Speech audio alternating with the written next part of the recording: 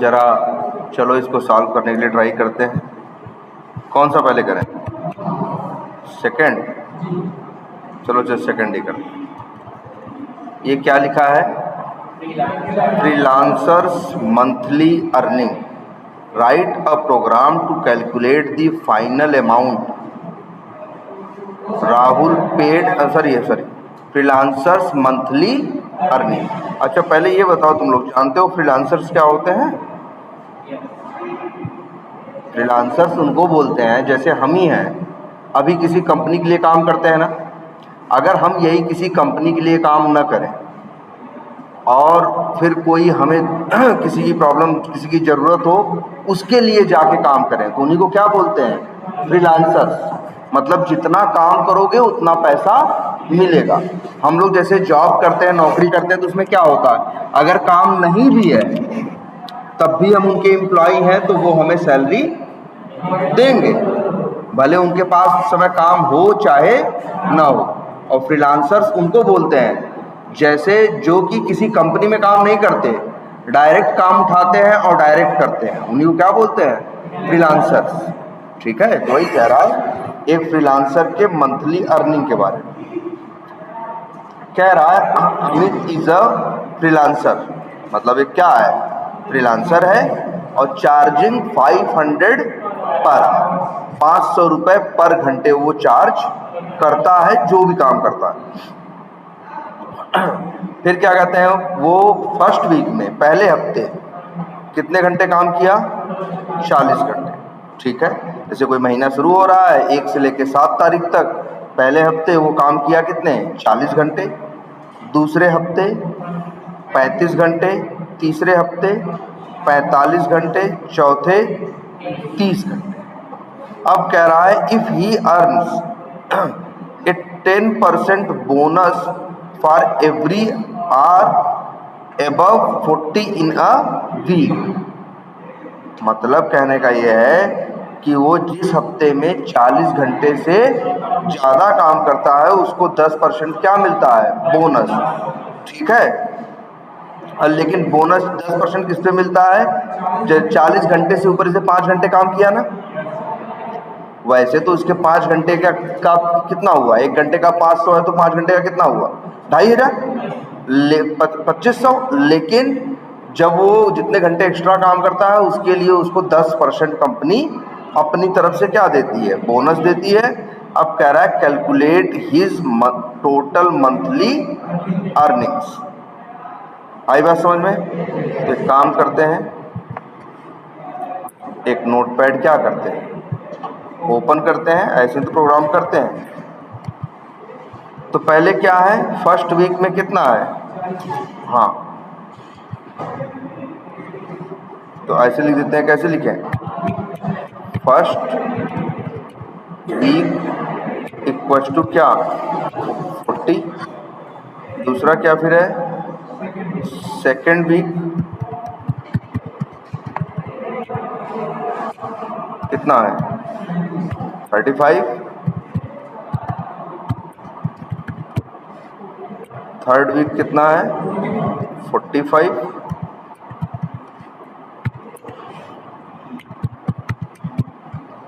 Fourth, देखो ये variable का नाम है, हम XYZ भी ले सकते थे ना, लेकिन हम इस तरह का नाम ले रहे हैं जिससे हमको कोड समझने में क्या हो? आसानी। और चौथे हफ्ते कितने घंटे काम करता है? 30। अच्छा, बोनस की बात कब आती है? 40 घंटे से ऊपर। जब 40 घंटे से ऊपर होता है तो अब ये लिख देते हैं, इसलिए लिख देते हैं base,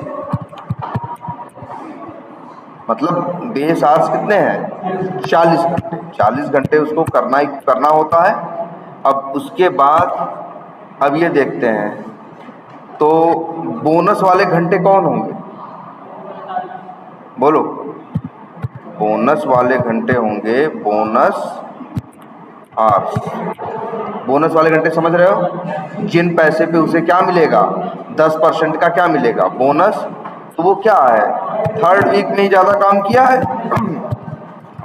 third week minus base hours.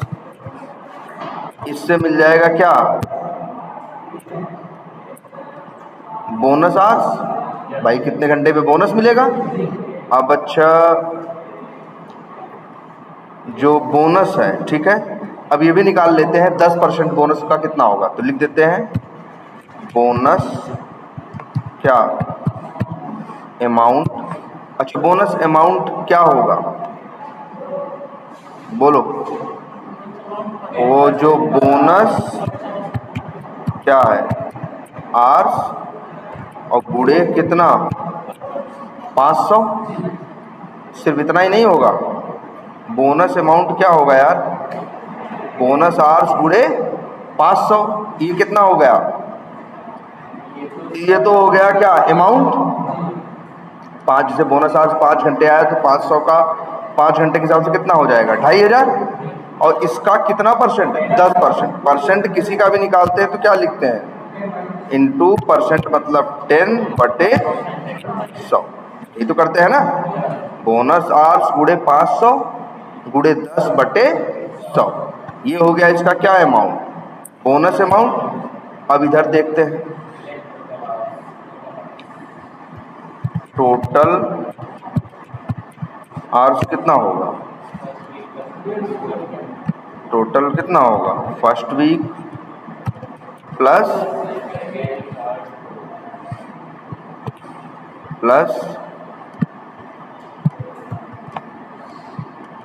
Second week plus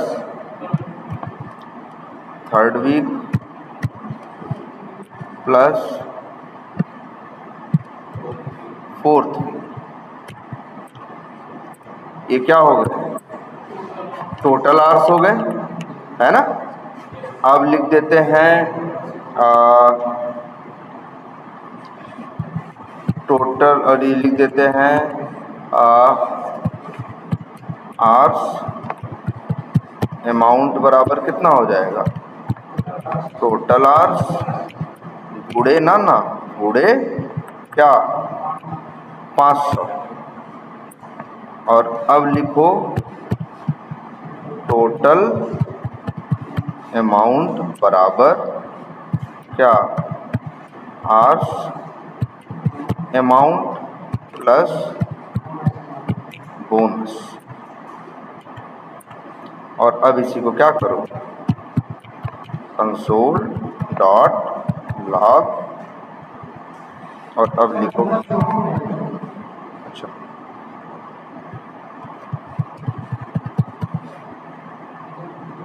total amount. इसको सेव करते हैं।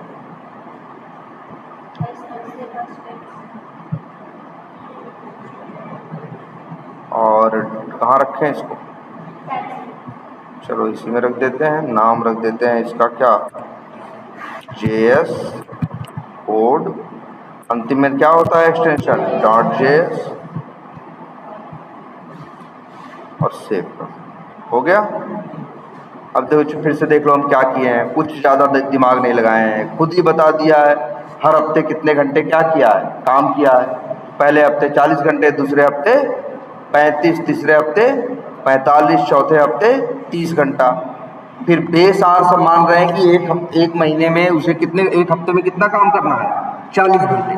40 घंटे से जब कम करेगा तो कोई बात नहीं, लेकिन ज़्यादा करेगा तो क्या पाएगा, बोनस पाएगा। तो देखो फिर क्या हो गया, थर्ड वीक में अब कितने घंटे बोनस वाले हैं, थर्ड वीक में जितना था माइनस बेस आवर्स, तो पता चल जाएगा कितना, बोनस आवर्स। फिर बोनस आवर्स में 500 का क्या करेंगे, गुणा करेंगे, और फिर गुणे 10/100, तो निकल जाएगा उसका 10%। फिर क्या किए, टोटल कितने घंटे काम किया है, तो चारों हफ्ते के घंटे क्या किए हमने, जोड़ दिए। और फिर इसके बाद घंटों का कितना पेमेंट आया, जितने घंटे आए गुणे 500, तो पता चल गया ये कितना पैसा घंटे के हिसाब से पाया, और प्लस कितना क्या पाया, बोनस। दोनों जोड़ दिए तो पता चल गया क्या, टोटल। अब इसको चला के देखते हैं, कैसे चलाओगे, CMD लिखो, इंटर मारो, और अब यहाँ लिखो क्या, नोड स्पेस उसका नाम क्या था, JS Code.js। 75,250 रुपए की अर्निंग उसको हुई है। ये तो सिंपल चीज है ना, इस तो कोई भी अपनी मजदूरी जोड़ लेगा। अगर एक मजदूर से ही बोल दोगे कि तुम भाई अपनी मजदूरी जोड़ो, अगर इस हिसाब से मिलेगा, देख लेना धीरे धीरे अंगुली पे ही सही लेकिन जोड़ वो भी लेगा कि हर हफ्ता कितना काम किए हैं, कितने घंटे पे हमको बोनस मिलेगा। देखो अच्छा ये बताओ, मान लो उसी आदमी का रेट, ध्यान से सुनना इस बात को, उसी आदमी का रेट बढ़ जाए एक महीने बाद, या मान लो एक दूसरा आदमी है वो कितना चार्ज करता है, 600 रुपए पर घंटे, तब क्या करेंगे हम लोग बताओ? कहाँ 600 लिखेंगे? जहाँ 500 यहाँ भी 500 लिखा है तो यहाँ क्या कर देंगे 600, यहाँ भी 500 लिखा है तो क्या कर देंगे 600। अगर किसी का रेट 800 हो तो क्या करोगे, 800 कर दोगे ना। कहाँ 600 की जगह 800, 600 की जगह 800। तो बताओ जब रेट किसी का बदल रहा है तो कितनी जगह तुम चेंज कर रहे हो? 2 जगह, एक यहाँ इस लाइन में और एक इस लाइन में, 2 जगह बदल रहे हो कि नहीं? जरा ध्यान से देखो इस चीज को, बहुत जरूरी चीज है यहीं पे। अगर किसी का रेट 1000 होगा तो कहाँ कहाँ बदलाव करोगे? 2 जगह, एक तो यहाँ 1000 लिख दोगे और एक तो यहाँ 1000 लिख दोगे, यही करोगे ना। लेकिन सोचो, इसीलिए तो गणित में आए थे वेरिएबल्स। अगर एक समझदार आदमी होगा तो वो एक वेरिएबल बना लेगा, रेट बराबर मान लो जो भी है 800 लिख दिया। अब जगह जगह 800 नहीं लिखेगा, रेट नाम का क्या लिखेगा, वेरिएबल। क्या फायदा मिला ये करने का? अगर अब उससे कहा जाएगा किसी का रेट 900 रुपया है या 1200 रुपया है तो वो 2 जगह बदलाव नहीं करेगा, कितनी जगह करेगा? 1 जगह। वेरिएबल का कंसेप्ट गणित में इसीलिए है। तुम्हें सोचो, गणित का देखो फार्मूला लगाते थे, कई स्टेप्स पे सवाल होता था कि नहीं गणित का। अब वो वेरिएबल मानने का यही फायदा था कि वेरिएबल में वैल्यू डाल दो तो वो वैल्यू तुमको 10 जगह लिखने की जरूरत नहीं पड़ती थी। 10 जगह तुम क्या लिखते थे? वेरिएबल का नाम।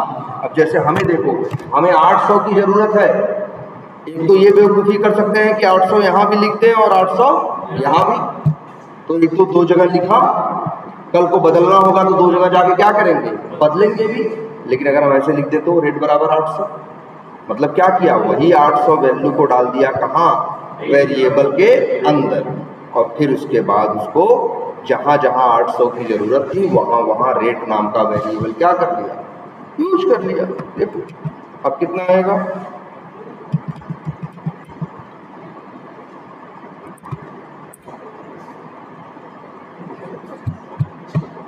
अच्छा दूसरा कुछ, अच्छा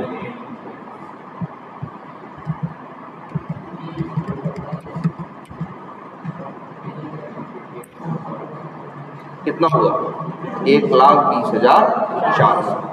अगर उसका 800 रुपये रेट होता तो इतना लगता, 500 है तो उतना। अब लेकिन इस तरह से कर सकते हो। वही तो कह रहे हैं, तुम लोगों को अभी स्टार्टिंग में कुछ नहीं करना है, जिस स्टाइल में और जैसे हम कर रहे हैं वैसे ही तुमको भी करने की कोशिश करनी है। अब जैसे देखो, हाँ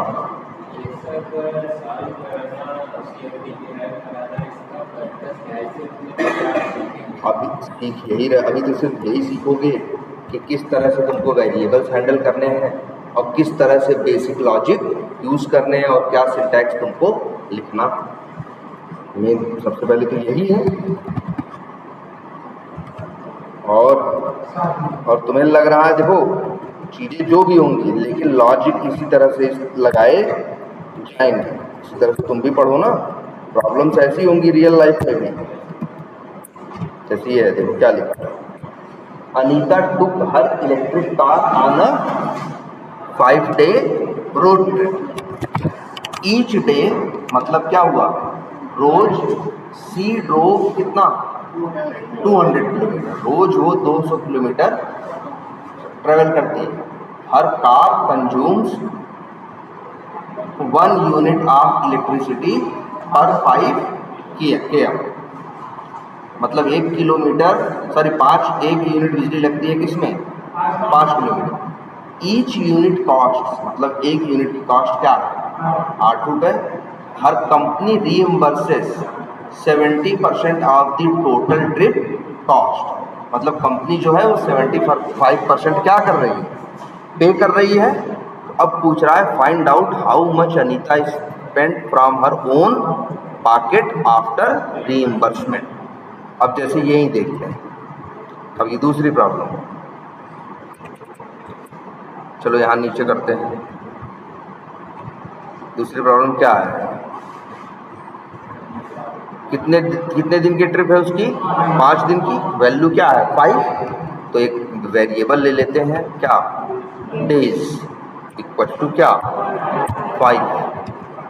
आगे बढ़ते हैं। ईच डे सी ड्रोव 200 किलोमीटर, ठीक है। अच्छा ये तो हम पढ़े ही नहीं क्या, हर hotel stay cost 1000 per day. तो पहले ये देखते हैं डे इक्वल डेज कितने हैं 5, और पर डे डिस्टेंस इक्वल टू कितना 200, ठीक है। तो अब ये भी निकाल सकते हैं हम क्या, total distance equal to per day distance जितना एक दिन में चला गुणे नंबर ऑफ डेज, ये हो गए उसके क्या टोटल डिस्टेंस। आगे बढ़ो फिर क्या है 1 unit of electricity per 5 km, लिखो क्या लिखे इसको km per unit equal to कितना 5, मतलब 5 किलोमीटर, वही है km पर, मतलब किलोमीटर पर यूनिट कितना है 5। अब बताओ तो और भाई देखो km पर यूनिट मतलब 1 यूनिट में कितने किलोमीटर जाती है 5, तो टोटल कितने यूनिट खर्च होंगे, तो लिख देते हैं टोटल ना यूनिट इक्वल टू हाँ total distance upon km per unit. अब उसको पता चल जाएगा कि कितनी यूनिट बिजली खर्च होगी। अच्छा और क्या है, हाँ यूनिट कॉस्ट क्या है 8 रुपये, तो लिख देते हैं पर यूनिट क्या कॉस्ट इक्वल टू 8, तो लिख देते हैं electricity cost equal to total unit into per unit cost. अब पता चल गया कि कितनी बिजली उसकी खर्च हुई है। आगे बढ़ो, और हर होटल स्टे कॉस्ट कितना है 1000 पर डे, तो लिख देते हैं हाँ ये भी लिख देते हैं hotel stay per day equal to कितना है 1000, ठीक है। Hotel stay per day equal to कितना है 1000, और डायरेक्ट नहीं लिखना है, इसी तरीके से करना है, ठीक है। हर चीज को वेरिएबल में रखने के बाद यूज करना, ठीक है। अब ये लिख देते हैं total hotel stay cost equal to क्या होटल स्टे पर डे और गुणे नंबर ऑफ क्या डेज बाई डेज। अब ये पता चल गया होटल की कॉस्ट क्या है। अब लिखते हैं टोटल कॉस्ट इक्वल्स टू क्या, इलेक्ट्रिसिटी कॉस्ट और plus total hotel stay cost.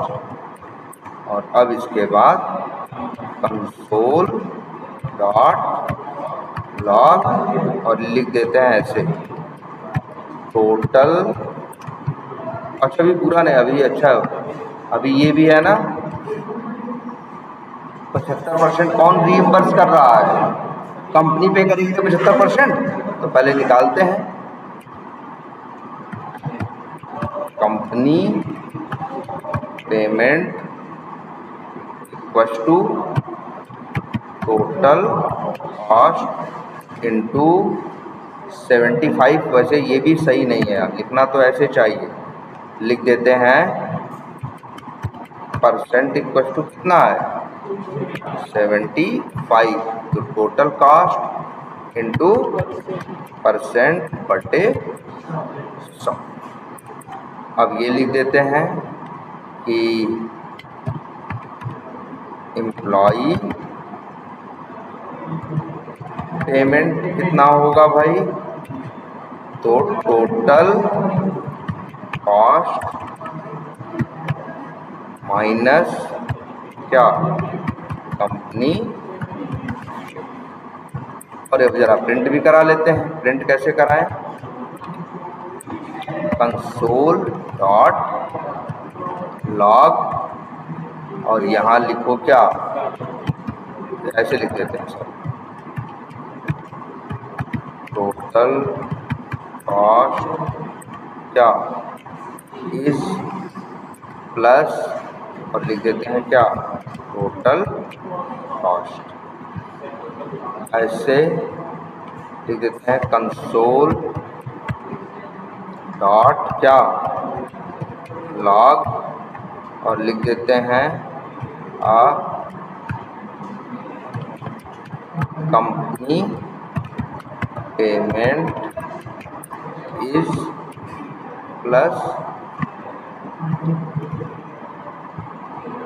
ऐसे ना, और फिर console dot log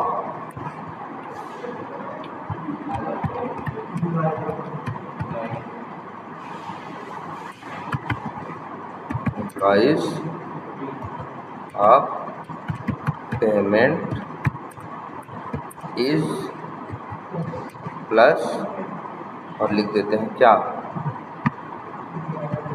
employee payment. ये तो करना है तुम लोगों को, अब चाहो तो इसे चला के क्या करो,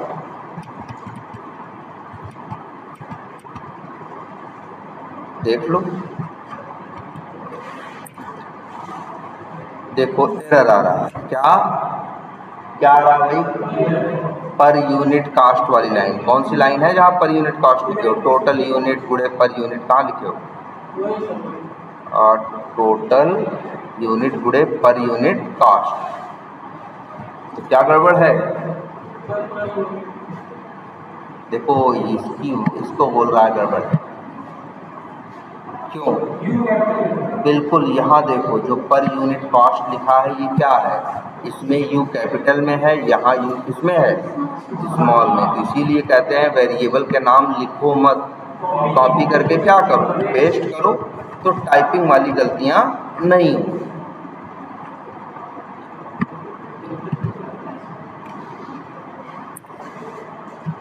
देखो आ गया, टोटल कॉस्ट कितना हुआ 6600, कंपनी कितना पे करेगी 4950 और बंदा अपनी जेब से कितना पे करेगा 1650।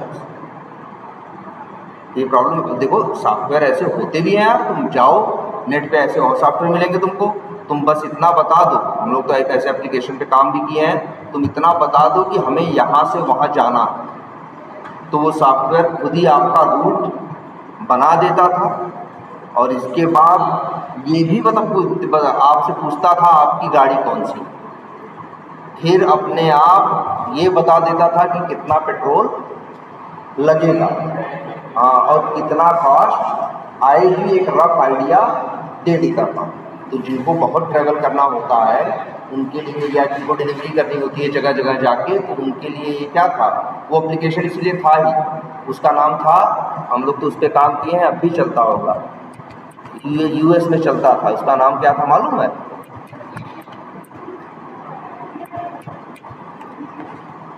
Root for me. इसको यूज किया करते थे कौन लोग? कहीं है नहीं क्या? इसमें तो था, हाँ, इस ऐप के अंदर तुमको अगर वो ओपन करोगे, क्या कहते हैं, प्ले स्टोर पे तुमको रूट फॉर मी मिलेगा। अरे पेड है, पैसा भी चार्ज करते हैं। तो इसके लिए लोग यूज़ करते हैं कि जैसे कई बार कि किसी का साथ वाला या किसी का बच्चा कहीं घूमने जा रहा है तो है, तो वो भाई वो डाल दे अपने डेस्टिनेशन, तो अपने आप वो बता देता था कि कौन सा रूट लेना चाहिए, किस रूट पे ट्रैफिक मिलेगा, कौन सा रूट क्लीन होगा, इस पे कितना खर्च आएगा, इस पे कितना खर्च आएगा। इस सॉफ्टवेयर को और कौन यूज़ करते थे मालूम है? करते थे जो लोग डिलीवरी करते हैं, जैसे फ्लिपकार्ट वाले।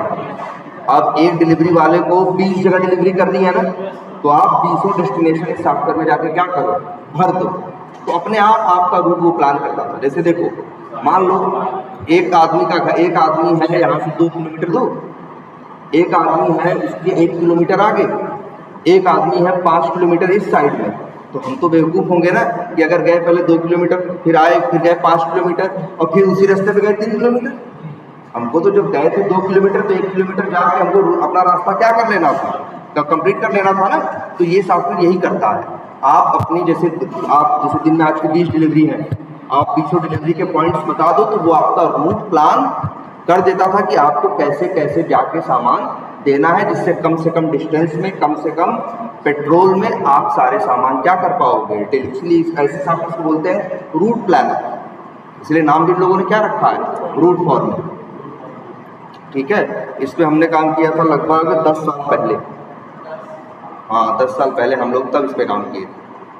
और इस पर हम जब काम किए थे तो किसी कंपनी की तरफ से नहीं किए थे, एज ए फ्रीलांसर ही किए थे। मतलब हाँ, मतलब वो आपको पे करता था, वो ये रूट फॉर मी वाला हमको पे करता था। ठीक है, इसी तरह से है, जरा हर चीज़ की ज़रूरत है, ऐसा मत सोचना इसकी ज़रूरत कहाँ पड़ेगी, हर जगह चीज़ों की ज़रूरत पड़ेगी। लॉजिक ऐसे ही लगेंगे, सोचने का तरीका यही होगा। और सबसे बड़ी बात, कुछ भी करो तो सबसे पहले उसे क्या करो, कई बार पढ़ो। सबसे पहली चीज़ यही होती है कि जो प्रॉब्लम मिले सबसे पहले उसे क्या करो, कई बार पढ़ो। जैसे अच्छा, जैसे ये है A family of 4 planned a picnic. Entry ticket क्या है, 150 पर पर्सन, लंच 200 पर पर्सन, पार्किंग 100 टोटल, और आइसक्रीम 50 पर person. If they have a discount coupon for 10% of total food items, calculate the total amount spend. अब लगाओ इसके लिए भी थोड़ा दिमाग। अब इसमें ये ध्यान देना है, पार्किंग किसी फूड, देख रहे हो जो 10% का डिस्काउंट मिल रहा है वो फूड आइटम पे मिल रहा है, मतलब पार्किंग पे नहीं मिलेगा, अब टिकट पे भी नहीं मिलेगा। किस पे मिलेगा, लंच पे मिलेगा, और किस पे मिलेगा, आइसक्रीम पे मिलेगा। यही तुम्हें दिमाग लगाना है। जैसे ये लगा, अगर इसको करना हो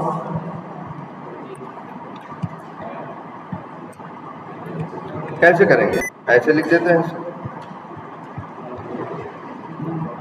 हाँ ऐसे लिख देते हैं। पहले क्या है, पहले लिख देते हैं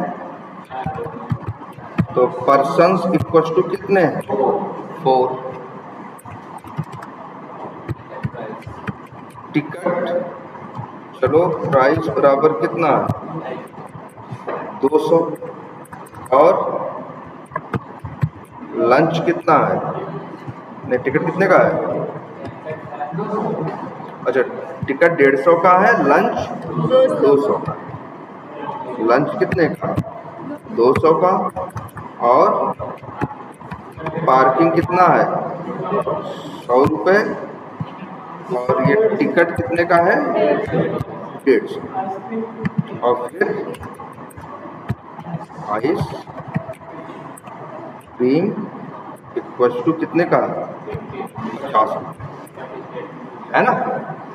अब देखो पार्किंग सबका अलग अलग तो नहीं लगेगा, लेकिन पार्क भाई एक ही गाड़ी से जाओगे तो पार्किंग तो एक ही लगेगा ना, लेकिन लंच तो सबका क्या होगा, अलग अलग होगा। टिकट सबका क्या होगा, अलग अलग होगा। और डिस्काउंट तुम्हें सिर्फ किस पे मिलेगा, फूड आइटम पे। तो पहले ये निकालते हैं, फूड कॉस्ट है ना, बराबर क्या होगा बताओ, होगा फूड कॉस्ट हो जाएगा क्या, लंच गुड़े लंच, लेकिन नहीं पहले लंच प्लस आइस क्रीम और इनटू 4। अब देखो ये गणित गलत है यार, तुम हम लोग गणित में भी करते थे ना, तो पहले लंच और आइसक्रीम जोड़ने हैं तब 4 से गुणा करना है ना। यहाँ तो ये ऐसा कर देगा, लंच प्लस आइसक्रीम मतलब 400 बोलो भाई।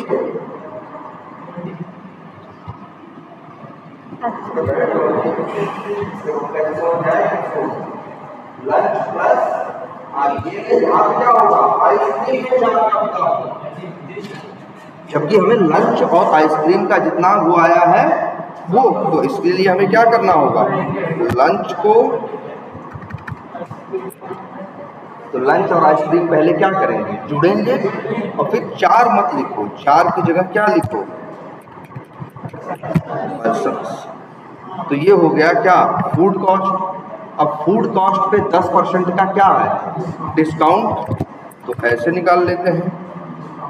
परसेंट कितना है पहले ये देखते हैं, बराबर कितना है 10। अब तब निकालते हैं क्या, डिस्काउंट बराबर फूड कॉस्ट इनटू परसेंट बटे 100, है ना। हो गया कि नहीं हो गया बोलो। अब इसके बाद ये तो पता चल गया डिस्काउंट, तो लिख देते हैं ऐसे लिख देते हैं, नेट फूड कॉस्ट बराबर, तो जो फूड का क्या आया है, कॉस्ट आया है, माइनस जो क्या मिला है, डिस्काउंट मिला है। तो ये पता चल गया कि भाई उनके खाने का क्या खर्चा आया। अब क्या बचा है,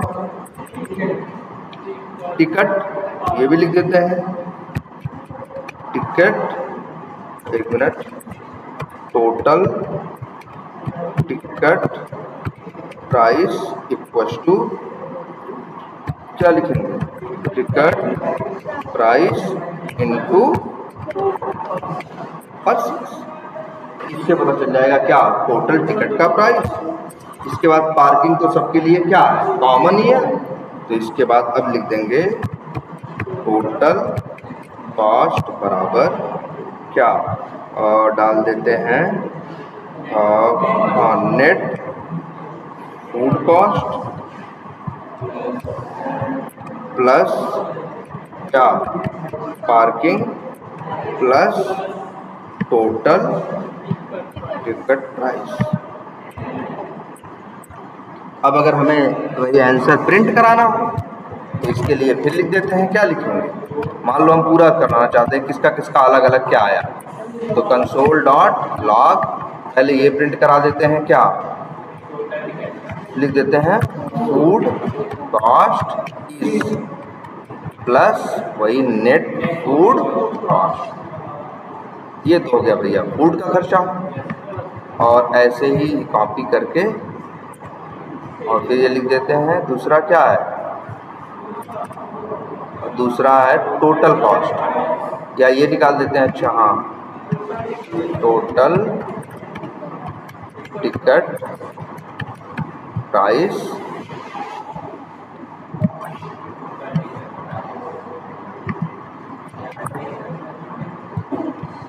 ऐसे, फिर कंसोल डॉट लॉग और लिख देते हैं क्या, टोटल कॉस्ट इज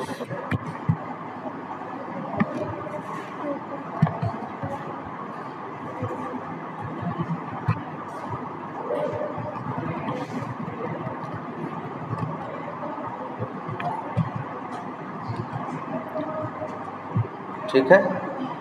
और अब इसको कैसे चलाना होगा, आसान है ना। देखो फूड कॉस्ट टोटल कितना आया 900, टिकट का प्राइस कितना आया 600 और टोटल कॉस्ट 1600। कैसे 100 रुपये पार्किंग का भी तो है, 900 6 15 और एक पार्किंग का हम अलग से प्रिंट नहीं कराए क्योंकि पार्किंग तो हमें पता ही है कितने की है 100 रुपये। इसी तरह से तुम लोग को थोड़ा यार अप्रोच करना है, पहले थोड़ा अप्रोच लगाना सीख जाओ।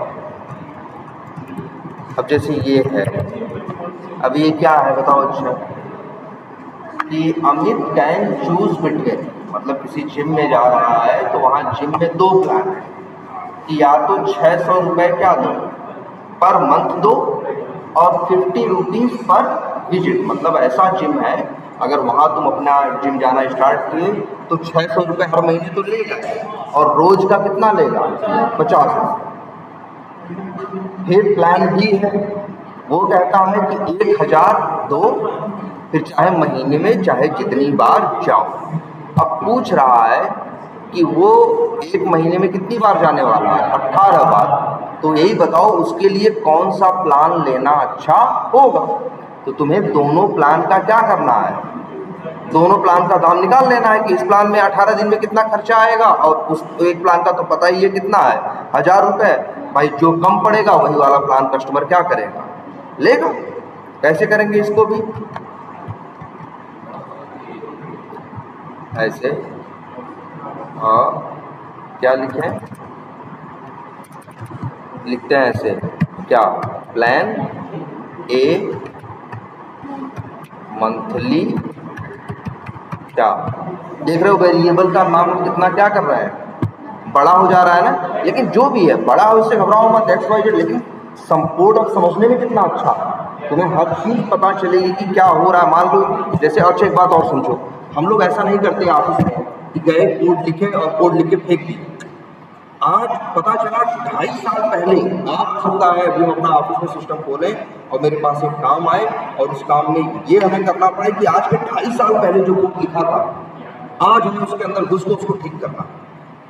मतलब हम लोग जो कोड लिख रहे हैं काम चल रहा है, पता चला आज जो कोड लिखे हमें 3.5 साल बाद कहा जाए कि अरे यार उस कोड में देखो ये गड़बड़, ये चीज गड़बड़ हो रही है, तो 3.5 साल बाद हम उस कोड को दोबारा क्या करेंगे, खोलेंगे और उसे क्या करेंगे, सही करेंगे। तो बताओ 3.5 साल या 2.5 साल बाद पहले हम क्या किए थे, हमें याद होगा? बिल्कुल नहीं याद होगा भाई, हम तो रोज काम कर रहे हैं।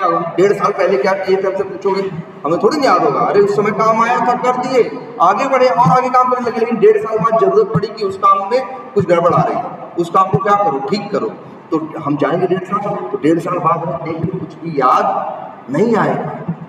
अब अगर यही वेरिएबल के नाम हम लोग X Y Z A B C दिए होते तो अपना रिपोर्ट देखते 1.5 साल बाद तो अपना सिर कुछ लाते ना कि कर क्या रहे हैं यार, क्यों लिखे थे, क्या पर्पस था।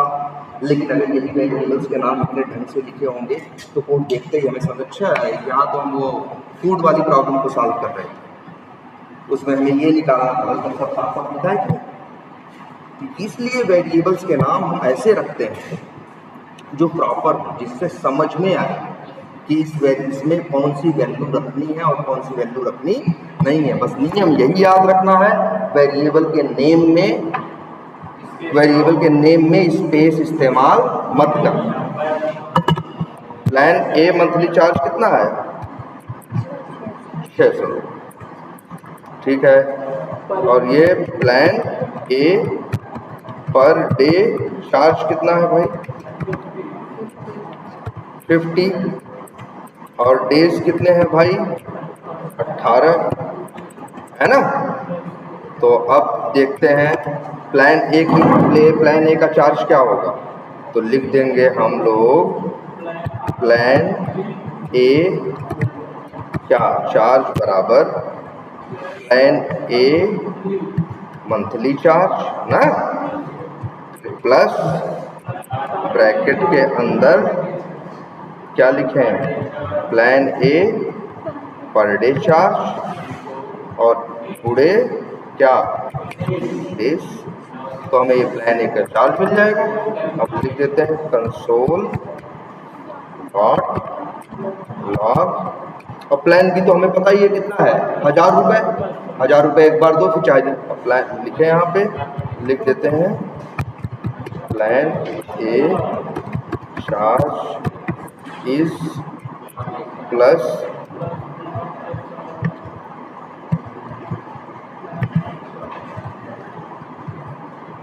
ठीक है। अब इसको चलाएं।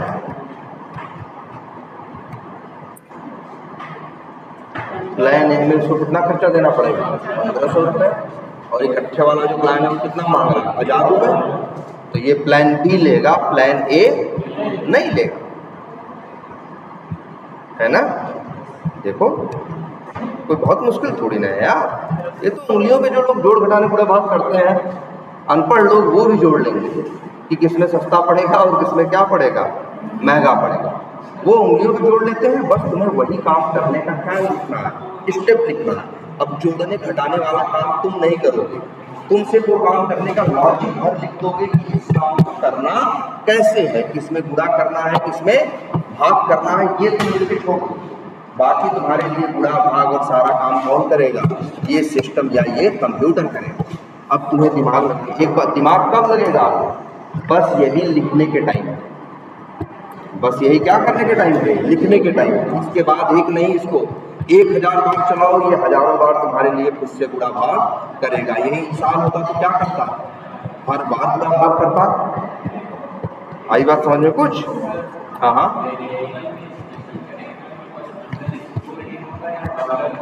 डॉलर भी है जेएस में।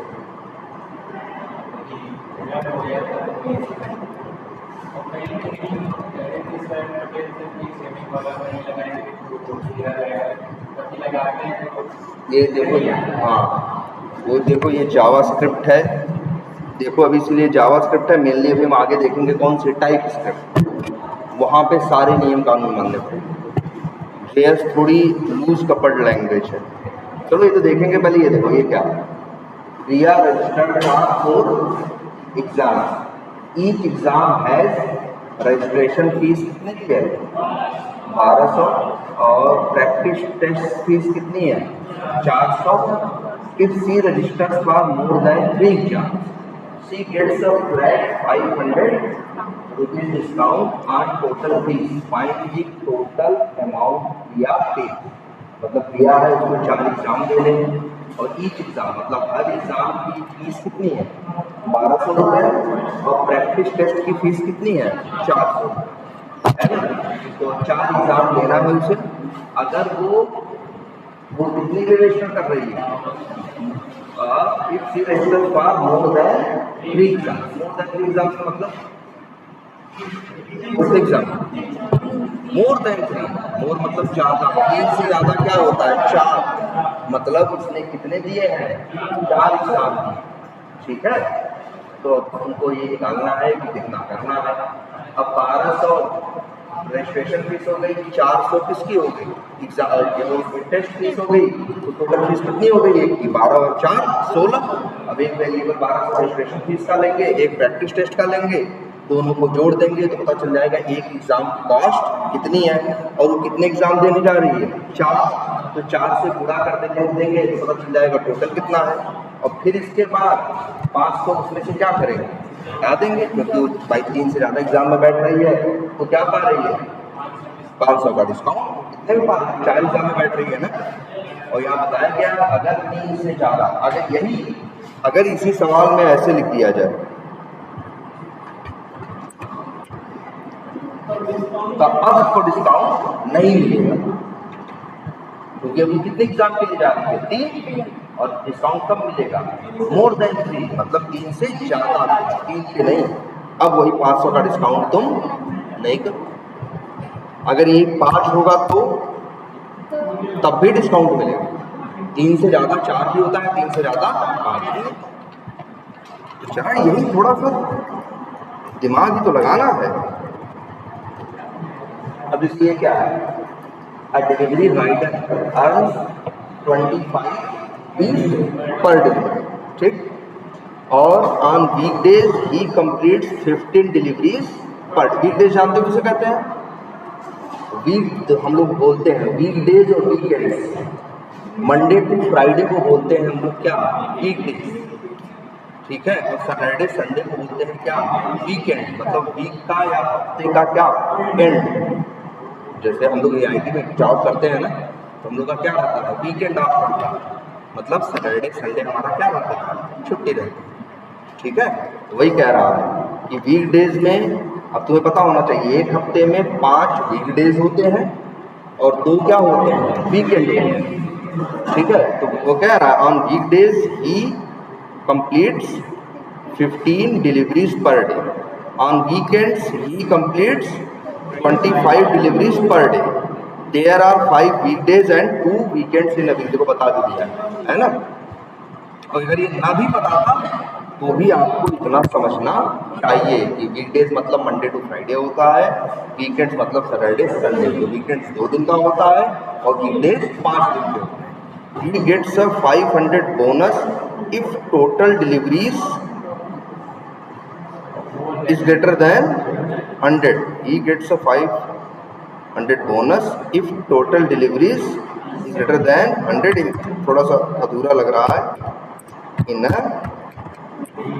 मतलब अगर एक घंटे में, एक हफ्ते में वो 100 से ज़्यादा डिलीवरी करता है तो उसको 500 का क्या मिलेगा, बोनस, है ना। तो बताओ उसकी टोटल वीकली अर्निंग क्या है।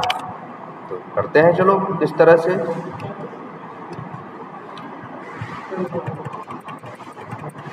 अब ऐसे लिख देते हैं,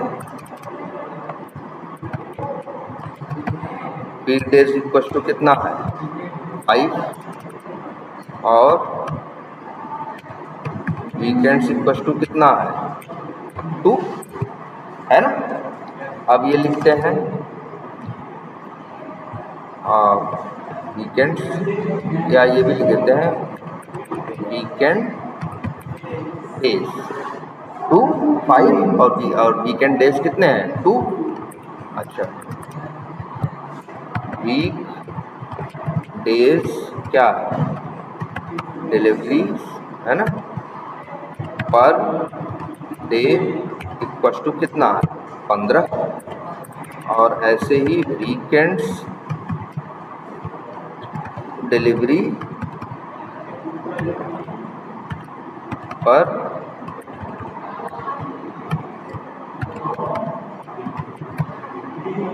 weekends delivery per day equal to कितना है, 25, है ना।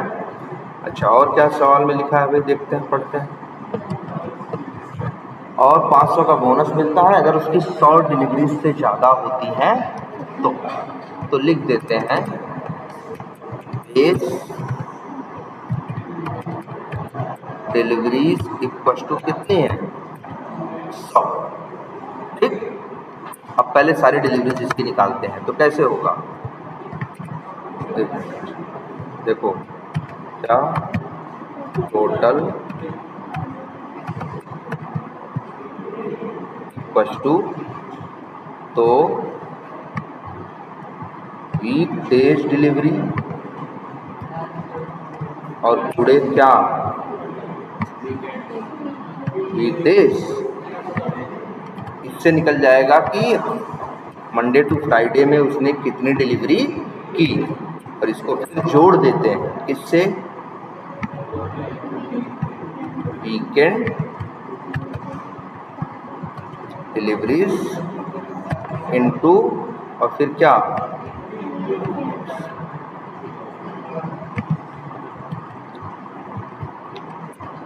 अब इसके बाद अब ये लिखते हैं बोनस डिलीवरीज बराबर क्या, टोटल डिलीवरी माइनस क्या, डेज डिलीवरी। तो ये पता चल गया बोनस वाली कितनी है, ठीक है। और कुछ बताया है, 25 रुपये क्या पे करते हैं पर डिलीवरी, और 500 का बोनस मिलेगा अगर 100 से ज़्यादा होगा तो, ठीक है।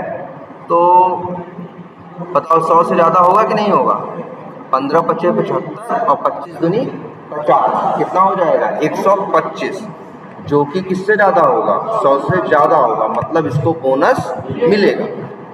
अब इसके बाद वैसे डिलीवरी टोटल डिलीवरी तो पता चल गया है ना, हम ये निकालते हैं क्या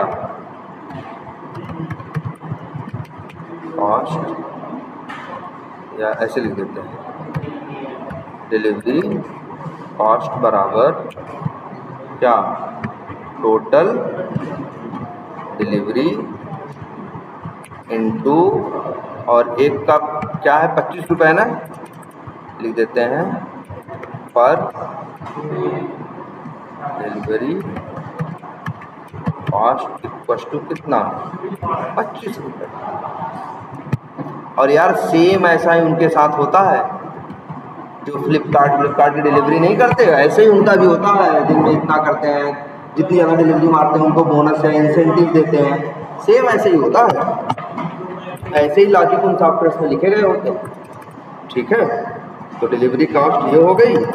अब इसके बाद क्या हो गया, हाँ तो चलो ये निकाल देते हैं, कंसोल डॉट लॉग और फिर क्या लिख देते हैं डिलीवरी कॉस्ट, सिर्फ यही नहीं यार, एक मिनट, तो डिलीवरी कॉस्ट हो गई,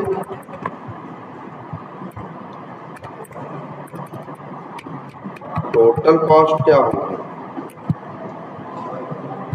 डिलीवरी कॉस्ट और प्लस 500 का उसको बोनस भी तो मिल रहा है ना, प्लस 500, तो यही टोटल कॉस्ट उसको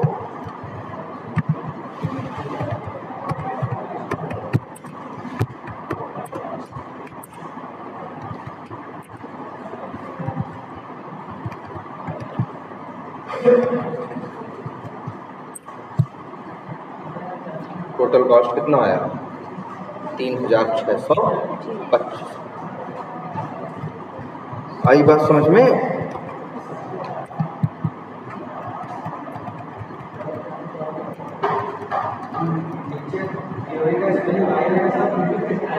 हाँ अच्छा, ये देखो पहली बात तो तुम्हारे वेरिएबल्स में वो स्पेलिंग नहीं चेक करता।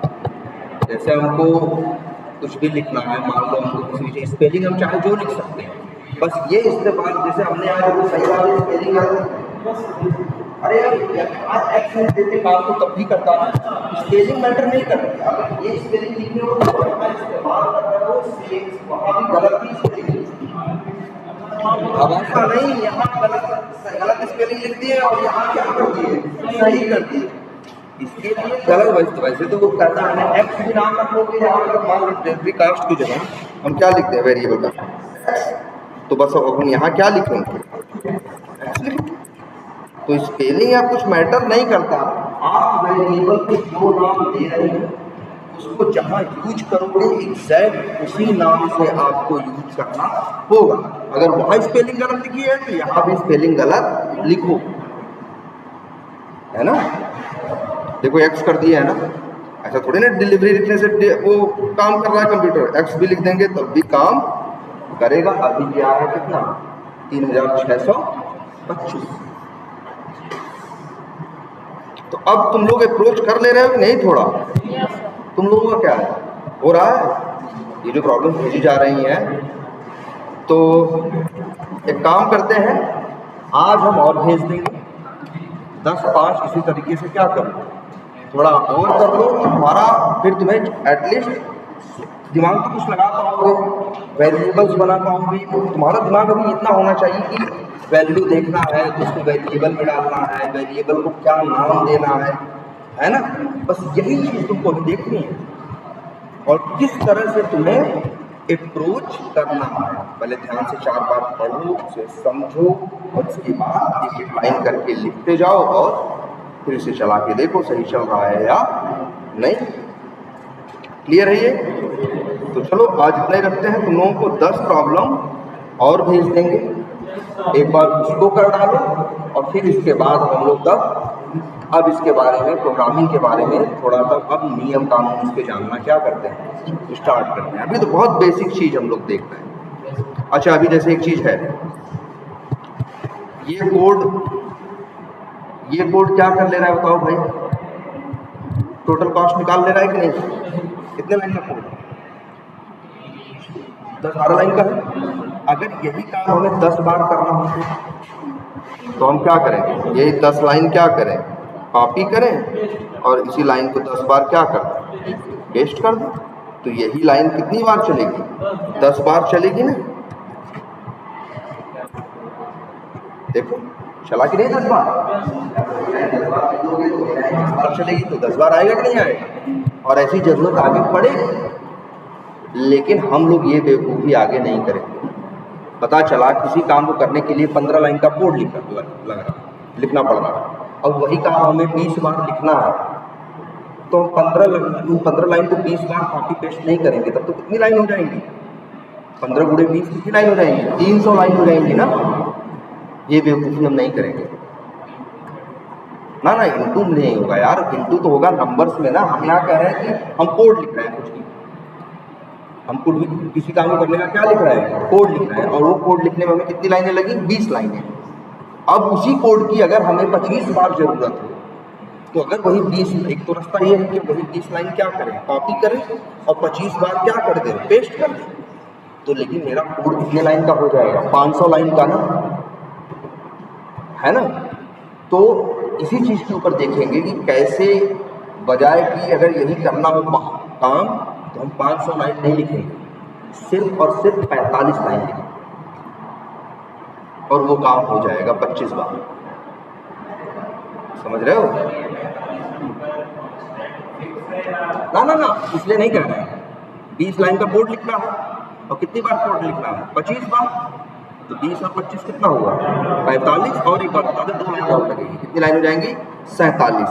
कहाँ 500 लाइन लिख रहे थे और कहाँ कितनी लाइन लिख रहे हो? 47 लाइन। तो ये सही रहेगा कि नहीं?